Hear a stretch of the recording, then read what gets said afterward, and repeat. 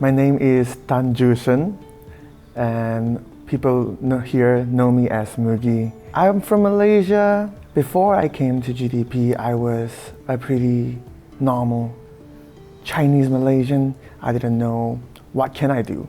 I was just following what the path my parents laid in front of me, and I didn't do much of the thinking. And then before coming to Okayama, I was studying at a Japanese language school back at Osaka, YMCA it's called. GDP was the only one that I have found that offers so much freedom in choosing courses, either in the regional courses from the GDP or the courses outside of GDP. And it's amazing. It's because that I speak two languages, and so I was just challenging myself, think that I really want to just go into GDP, have the English course and have the Japanese course both at the same time.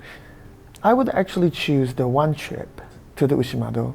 We were to interview an oyster family, oyster farmer. They are actually the refugee from the Fukushima nuclear leakage, and interview them, their struggle, their hardship, how they move away from their home prefecture, how they meet with all those wide eyes, you say in Japanese. It's just so fun and so thought-provoking to interview them, to know their struggle.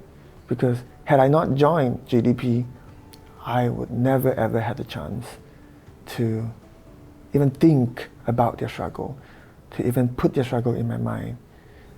When a foreign student come here, and especially if they're alone, a lot of things will cause instant disorientation, and that will cause a further problem.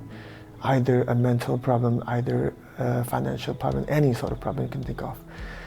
Buddy is there to help them, to first, most importantly, mingle and orientate with the situation, with the new environment they're put in. I actually first did the tutoring in my first year to my friend, my African friend, and it was very new to him, all the environment. It wasn't that new to him because I was living back at Osaka, but it was too new to him. He didn't know what to do. He was afraid of the food. He was afraid of a lot of things. But I just wanted him to like this place. I want him to like what I like.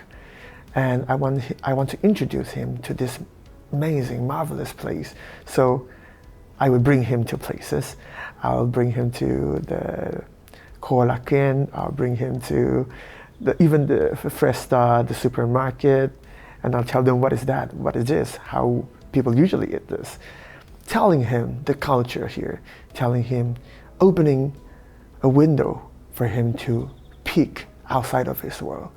And I think that is very important. The tutoring is very important.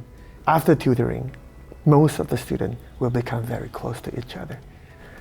In a lot of cases, especially in another faculty, you don't get the chance to talk with your peers. Even though you're from the same faculty, you don't really have the chance to talk. So maybe because we have less people, so it's easier to ask people out to get closer with them. So I love doing that. I love talking with them. I love, of course, bringing the over 20 people to go for izakaya, to drink, to have fun. I tell them about my dream, and they tell me about their dream. It sounds a little bit cringy, but I just love to listen to people, and listening to them, it's just such a good experience to embolden what a person I am. どんなキャリアでもありだと思います。だって私たちGDP 生は日々言語的挑戦と文化的挑戦全部合わせて日常で経験している人なので、私を例にしてゲーム会社に入りたかったんです。で、ゲーム会社に入るための努力もしています。負けても経験になる、経験値になる。その経験値を積み重ね上げたら、あなたはすごい人になりますよ。経験値だけで。